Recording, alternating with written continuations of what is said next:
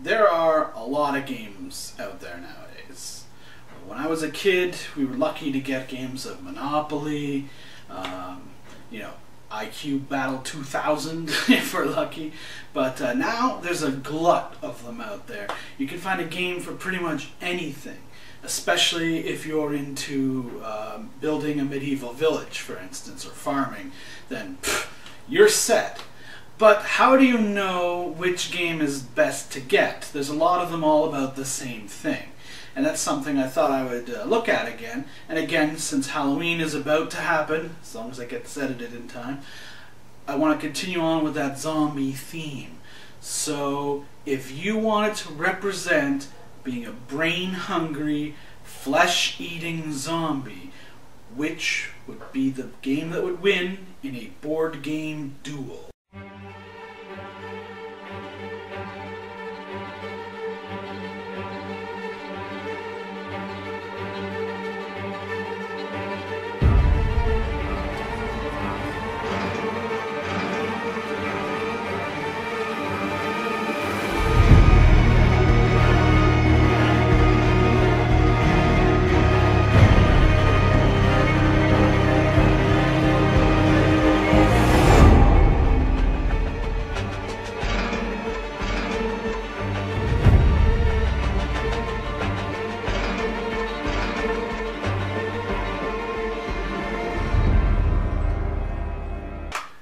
Look at Zombie Dice by Steve Jackson Games versus Brains by Twilight Creations. They're both dice games about eating brains, with you as the zombies. However, they both work in different ways. And let's just get into it and see which one is better. There's 5 different elements I'm going to look to score points in this duel. First, box design, to see if it grabs your attention and how well you can keep it and transport it. Second is the quality of the instructions. Third, the components. How good are they? Fourth, the strategy involved in the game. And fifth, how fun it is. So let's start looking at the boxes.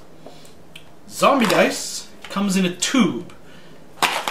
It's pretty different looking, actually. Kind of looks like a can of something. Inside, you pop this thing open, and out come your dice, plus your instructions. It's all just inside a tube like this. Now the tube is also double function. It also serves as a dice cup, so it's dual purpose there.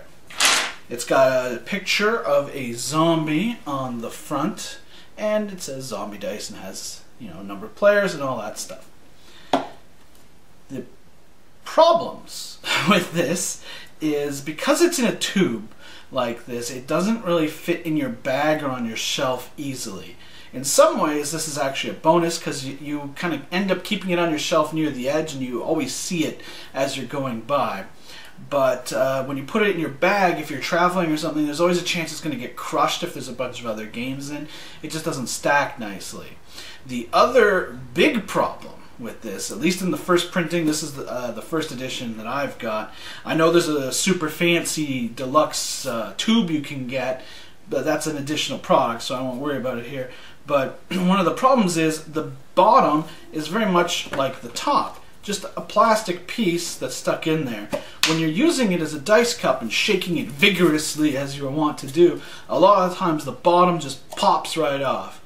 Now I fixed my copy with tape along the edge, which works, but it's not very sightly. Brains, on the other hand, is your standard style of box. Twilight Creations does a lot of zombies games and zombies expansions. Many of you are using the same size of box. It's got a more cartoony looking zombie eating some brains on the cover. Otherwise, it's pretty much a standard box. In the interior, it's got 2 spots, one for the pieces, one for the dice, and it doesn't rattle around too much because of that. I would have to give the point for box, even though I like the look of the Zombie Dice tube a bit more, I would have to give the point to Brains. it's just an easier box to put away. If you're traveling, you're putting it on your shelf, it's easier to deal with. And when you're traveling, also, if you put these games in your bag, and it's, let's say, the only thing, listen to the difference.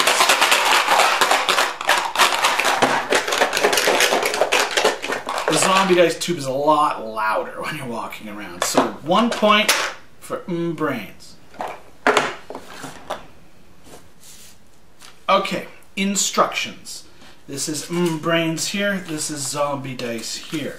They're both very simple to play the game. They both explain the rules very simply as well. Brains is single-sided, as you can see, one sheet. Zombie dice is double-sided. Now, the thing is with the zombie dice instructions, the instructions on the first page go all the way to here and then here.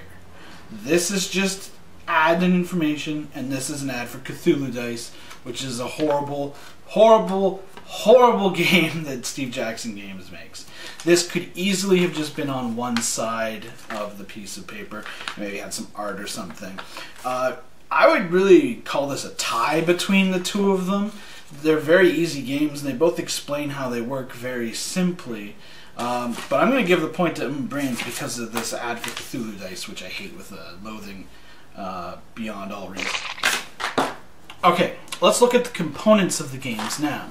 In Zombie Dice, the only components are dice. These are black dice, as you can see, with different symbols engraved and then painted in them. The three symbols are a brain, which represents a nice tasty brain that you're trying to eat as a zombie, little feet, which is someone getting away from you, and a shotgun blast, which is somebody shooting at you. There's not much to say. These are just black dice with symbols on it, but the symbols are very clear. You can tell the difference between them very easily, and the fact that they're embedded and then painted, they're not just painted on, is very good. You can actually feel the difference, and you can tell they're going to last a long time. In Brains, the coolest thing about this game is what you use to score points are, in fact, little brains. Let me get a red one. You probably saw it in the little credits thing, but they're little rubber brains. Red for 5, white for 1. There's also a card for each player to show what color you are. And then there's, much like zombie dice, there's the dice. These are white dice that have images printed on them. Now, there's a couple of problems with these images. First, they're just painted on. I can tell, I haven't used this game as much, but I can tell that after time they're going to start coming off, and then you're just going to have white dice. The other problem is one of the colors is yellow, and you can barely see it. I mean, if the light is really good, you can maybe see it, but when you roll, if it's yellow, you can barely tell what it is. And a lot of times, if the light is a little dim, when you roll black or blue, you can't tell which is black and which is blue. And that's actually an issue because it's very important. So, as far as the quality of the components go, as much as I like little rubber brains, I have to give the point to zombie dice. Okay, so let's looking at strategy. Well, we have to look at how you play the game. So in zombie dice, you are going to randomly draw 3 dice out of the tube. Or you can set them aside or what have you.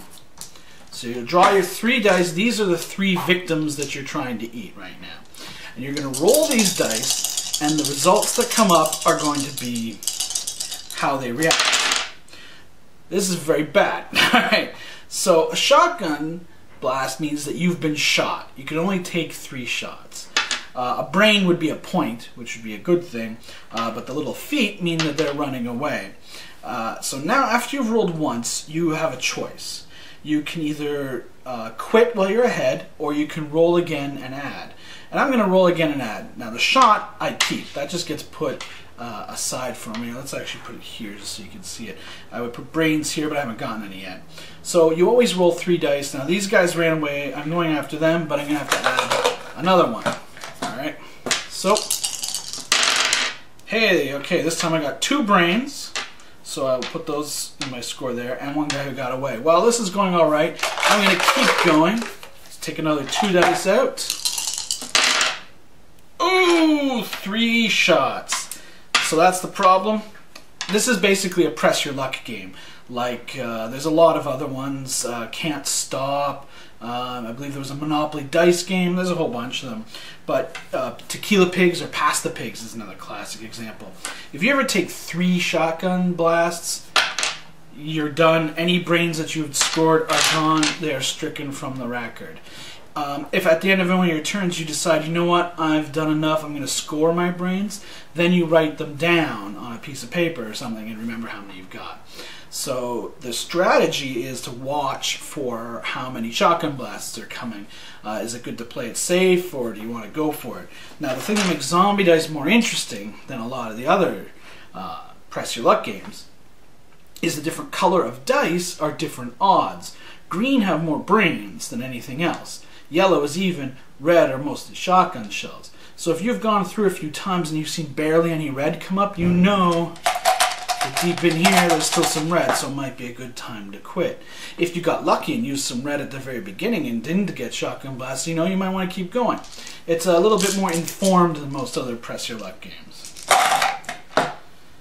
Now, in brains, things work a little differently. There's a central supply of brains. Now, you actually adjust this depending on how many players there are. It's another thing. You need at least 3 people for this. Zombie Dice you can play with 2. Although, technically, you could play 2 with Zombie Dice. I really recommend 3 at least anyways. So, realistically, they're both 3-player or more games. But you adjust the number of brains here depending on how many people you have. On your turn, you roll a dice. And any numbers you roll, you will add together, and you will multiply that by the number of brains. So in this case, I've got a 4, 5, 1, and 2, and 1 brain. So that's 9, 10, 12 times 1, I would get 12 brains. That's, you know, okay, I guess. Right now the colors don't matter that much, but you know what? I can roll. I can re-roll up to 2 more times. So I'm just going to take these 2 and re-roll them. Okay, I got another brain and a 1. I'm going to re-roll that 1 again. And a 5. Okay, so now I've got 14 times 2, 28 brains. So I would take 5 and these and score these brains right here. So basically the first stage of this game is everyone just going around rolling, rolling, rolling, and eating brains. It's fairly mindless actually, but there is a little bit of strategy in re-rolling low numbers in the hopes of getting more brains to multiply it. But you don't want too many brains and be multiplying a small number. You got to work the numbers correctly. This is a classic Reiner can't see a game. It's basically math with, you know, a thin veneer of zombies on it. Now the colors are pretty much irrelevant for the first half, except for the fact that whenever you see a brain, whatever color that is also the die that has that 5 on the other side. So you can tell if you really want to re-roll that or not. But the second stage is where the colors come in. Once the supply runs out of brains, then I'm not sure exactly what's supposed to be happening here. Either the humans are fighting back or you're starting to attack each other for brains. But what you start doing then is you remember how there was these colored cards? So everyone has one in front of them. And that shows who you can target, basically. So all the brains are gone now. So if I, on my turn, roll up here, okay, let's see, green brain, 1. Now all that matters now are the color that you want to be targeting. So I'm yellow. I rolled 2 yellow dice here. I'm not going to want those. Well, I'm targeting green. Let's just re-roll these guys. Well, let's re-roll them again because that sucks. Okay, so then whatever colors were rolled here have to give back their brains to the center. So green would have to give back 1, red would have to give back 1, and yellow, because I screwed this up, would have to give back 2. So then the next player would go, say the orange player, they're rolling, oh, well, that looks pretty decent. Okay, well, they're making the black player give back 8 brains and the red player 4. I'm actually not 100% sure if you need to have a brain symbol or not, but Basically, that's how the second round goes. You end up giving back all the brains that you had gained to begin with. So the last player who still has brains wins.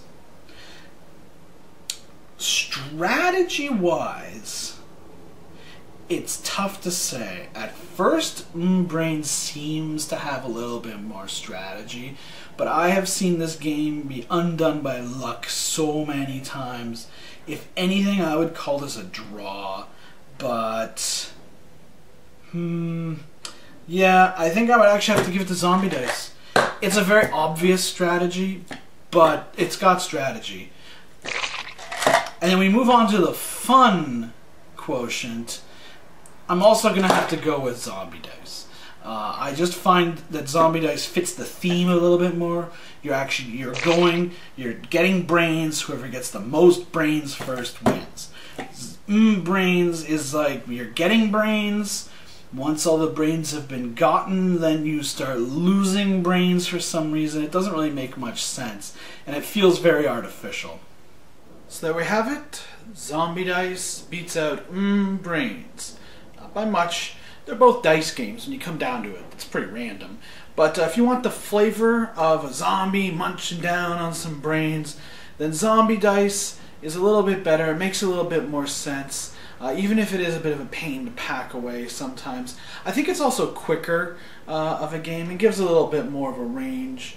It's basically 2 or more players. You can have as many people as you want, whereas Brains is 3 to 5 players. You know, they're both okay. This is a classic Steve Jackson game. There's a lot of luck, but it's got a little bit more going, a little bit more happening than most press your luck style games. Brains is a pretty typical Reiner Knizia game. It's got a good mechanic, but the flavor is just a little missing. Yeah, so overall, I would definitely recommend picking up Zombie Dice wherever you can find it. And hey, if you see Brains, it's okay. I would imagine though that most people only play this one maybe a few times, whereas this gets pulled out all the time. So for the winner of this duel, Zombie Dice. Have a good night.